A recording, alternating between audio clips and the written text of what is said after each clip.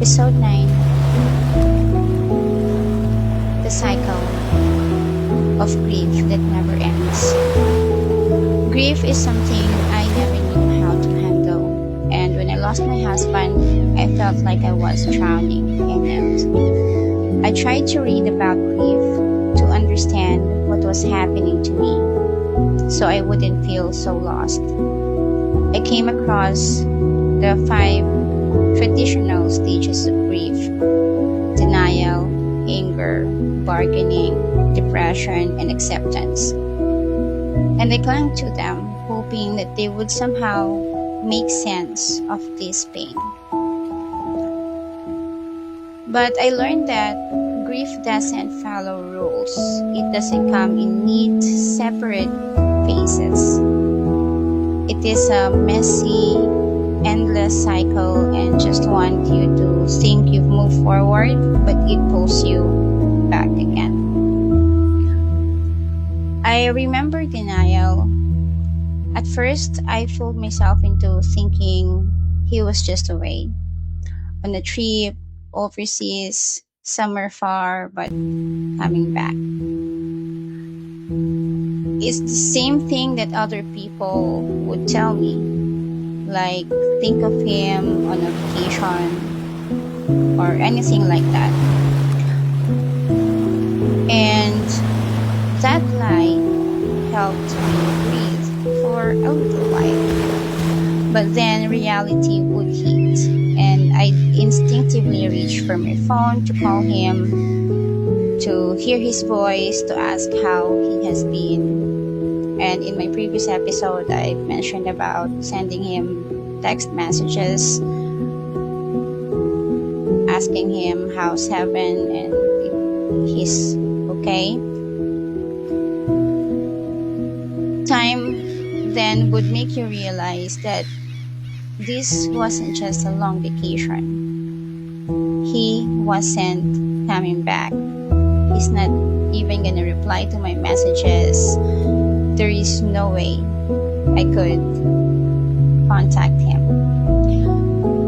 And then came the thought I never wanted to have. What if I just followed him? And then came the thought I never wanted to accept. I'm in the stage of having the suicidal tendencies. And I am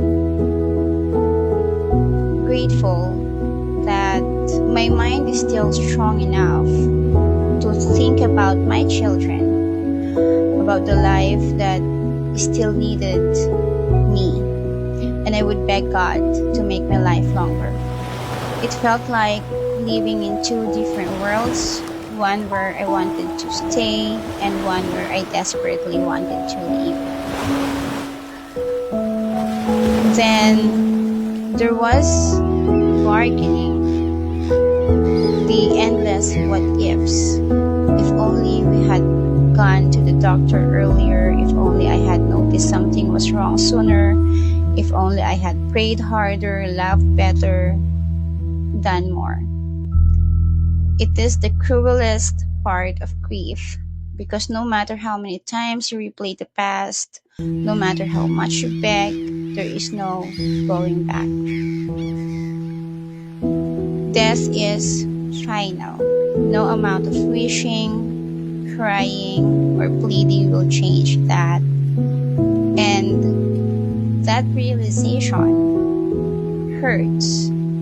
It cuts deep within you, and it is suffocating. And then there's the 3rd traditional stage that they said, called anger. I thought I would feel anger. I was waiting to feel angry about my situation, about the people around me, about other things. But I didn't. I realized I'm not feeling angry, or I'm not even questioning why him. Instead, I felt confusion.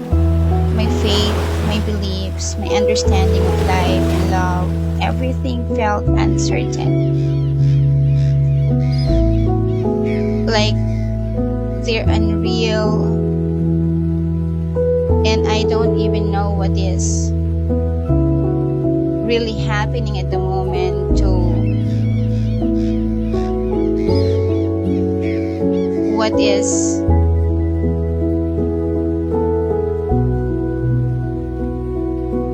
just a mind game. I feel like life has become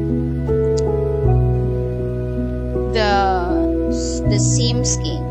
When you get to control people and you get to control the situation as a gamer, the confusion is just too much to remember. So my faith, my beliefs, my understanding of life and love, everything felt unsure, uncertain, and real. I got confused with my faith. Did I trust God the right way? Did I love the right way? Did I pray the right way? Did I do enough? I was lost in my thoughts in a fog that refused to clear. I wasn't just grieving my husband, I was grieving the life I thought we would have, the future that was suddenly stolen from me. And then the sadness. The kind of sadness that takes over your body, makes you feel like you're physically breaking, the kind of sadness that makes you cry so hard you think you will never stop. The missing is so unbearable that it puts you in a situation wherein you find or you struggle to breathe. You struggle to find air to breathe unless you fight it.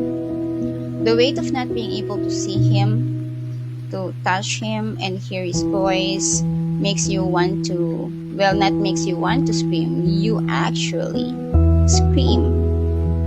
You scream so hard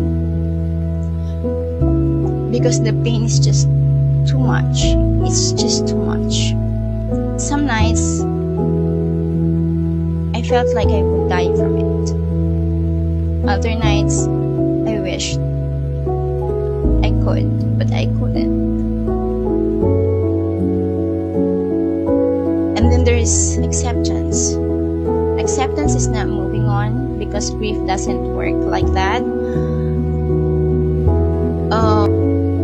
Losing someone you deeply love, your life partner, your person, over death is not like having an ordinary breakup from a relationship.